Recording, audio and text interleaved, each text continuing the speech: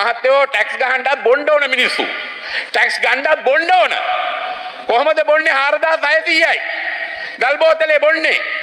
ඒක බිව්වොත් තමයි ටැක්ස් එක හම්බෙන්නේ, බද්ද හම්බෙන්නේ. බොන්න ඕන මහත්තයෝ. අය හැපැත්තේ මහත්තයෙක් කියනවා ටැක්ස් එකතු කරනවලු. ටැක්ස් එකතු කරන්න බොන්න එපායි. ඌ බිව්වොත්නේ අපි ටැක්ස් ගන්නෙ. රුපියල් 2000ට ගිය ආණ්ඩුවෙත් මං කිව්වා. හැබැයි ගිය ආණ්ඩුව එක් කරේ නැහැ. ගිය ආණ්ඩුවක් කෙලව ගත්තා. රුපියල් 2000ට 2500ට බොනේ කාට බෝතලේ දෙන්න පුළුවන්. අද ගම්වල කතිපු වට වෙලා විවල වෙලා තියෙන්නේ. සබ්බොන රුපියල් 2000ට 2500 අරක් බෝතලේ දෙන්න පුළුවන්. ඊළඟ එක සංඝ දිසානායක. සංඝ දිසානායක මහත්තයා කියනවා මේ ඔක්කොම දූෂිතලු. 160ක් රජයේ ආයතන දූෂිතලු. එහෙමනම් අධ්‍යාපන අමාත්‍යාංශය දූෂිතයි, මේ පාර්ලිමේන්තු කටයුතු එක දූෂිත වෙන්න ඕන, බන්ධනාගාරය දූෂිත එක වෙන්න ඕන, පොලිසිය දූෂිත වෙන්න ඕන, ආරක්ෂක අමාත්‍යාංශය දූෂිත වෙන්න ඕන, ජනාධිපති කාර්යාලය දූෂිත වෙන්න ඕන. අයියකෝ 160ක් රජයේ ආයතන දූෂිතයිලු. එයාගේ නෝනලා දෙන්න වැඩ කරපු බැංකුව දූෂිත නැද්ද? එයාගේ මහ බැංකුවේනේ හිටියේ. මං එදා කිව්වනේ කියන්න කියලා කවුද මේ අර්ජුන මහින්දන්ට පාස්පෝර්ට් එක රිලීස් කරේ කියලා කියන්න බැරි වුණා. රජයේ ආයතන ඔක්කොම දූෂිතයිලු.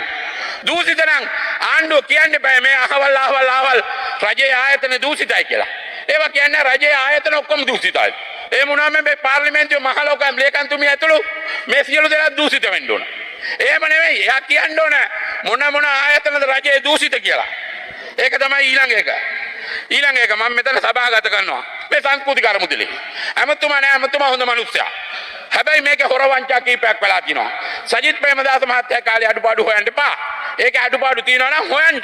හැබැයි දැන් ඉන්න මේ අමාත්‍යාංශ සංස්කෘතික අරමුදලේ ලොකු අඩුපාඩු වලක් තියෙනවා. මම ඒවා මූලාසනේ මන්ත්‍රීතුමිය සභාගත කරනවා. ඊළඟ එක රෝණු විශ්වවිද්‍යාලයේ සමසෞඛ්‍ය විද්‍යා පීඨයේ සිසුන් බඳවගෙන නැහැ. පේරාදෙණියට බඳවගෙන තියෙනවා. ජයවර්ධනපුර බඳවගෙන තියෙනවා. කොළඹ විශ්වවිද්‍යාලයට බඳවගෙන තියෙනවා. හැබැයි මේ රෝණු විශ්වවිද්‍යාලයේ බඳවගෙන නැහැ. ළමයින්ගේ අනාගතය ළමයි 250 බලාගෙන ඉන්නවා. යන්න තාම බඳවගෙන නැහැ. ඒකට හේතුව මොකද්ද කියන්නේ? විශ්වවිද්‍යාලයෙන් කියනවා අනධ්‍ය කාර්ය මණ්ඩලයේ පුරප්පාඩු තියෙනවා, බඳව ගන්න අවස්ථාව දෙන්නේ නැහැ. අනධ්‍ය කාර්ය මණ්ඩලයේ ප්‍රඥා මේ ඉන්නේ අපේ මේ මිනිස්සුන්ට මොනවත් නැහෙනි. දීලා බඳව ගන්නකො මාතර මෙතන മന്ത്രിලා ඉන්නවනේ. 50 හරි දීලා මේ මිනිස්සුන්ට කියලා മന്ത്രിලාගෙන් අරගෙන හරි බඳව ගන්නකො. ඇයි යකෝ මේක බඳව ගන්න නැතුව මේ පුරප්පාඩු තියනවලු බඳවගෙනත් නැහැ. බඳව අනධ්‍ය කාර්ය මණ්ඩලේ නැතුව වැඩ කරන්න බැරිලු. අනධ්‍ය කාර්ය මණ්ඩලේ නැතුව වැඩ කරන්න බැරි හින්දා අර ළමයි එළියේ ඉන්න ඕන අවුරුදු 2ක්. මොකද්ද මේවද? එහෙම නෙවෙයිනේ. මාතර දිස්ත්‍රික්කේ නම් අනධ්‍ය කාර්ය මණ්ඩලයට ඕන තරම් අද මේ දරුවෝ නැද්ද? උසස් පෙළ පාස් වෙච්ච විද්‍යා ගණිත ඕන තරම් දරුවෝ ඉන්නවා. දරුවෝ ඉන්නවා. ඒකින්ද ඒ රෝණු විශ්වවිද්‍යාලයේ ප්‍රශ්නේ මේ ප්‍රශ්නේ ලොකුවට තියෙනවා, බලපානවා. මේ වගේ ප්‍රශ්න ගොඩක් තියෙනවා. මේවා මේ හංගලා කියනවා නෙවෙයි. මේවා අපි කියනවා. මේවා පෙන්නලා දෙනවා. ඒකින්ද තමයි අපි කියන්නේ. ඒවා පෙන්නලා දෙන්න තමයි අපි ආවිලා ඉන්නේ. ඒ නිසා මූලාසනේ මන්ත්‍රීතුමියට මම ස්තුතිවන්ත වෙනවා කාලය ලබා දීම ගැන.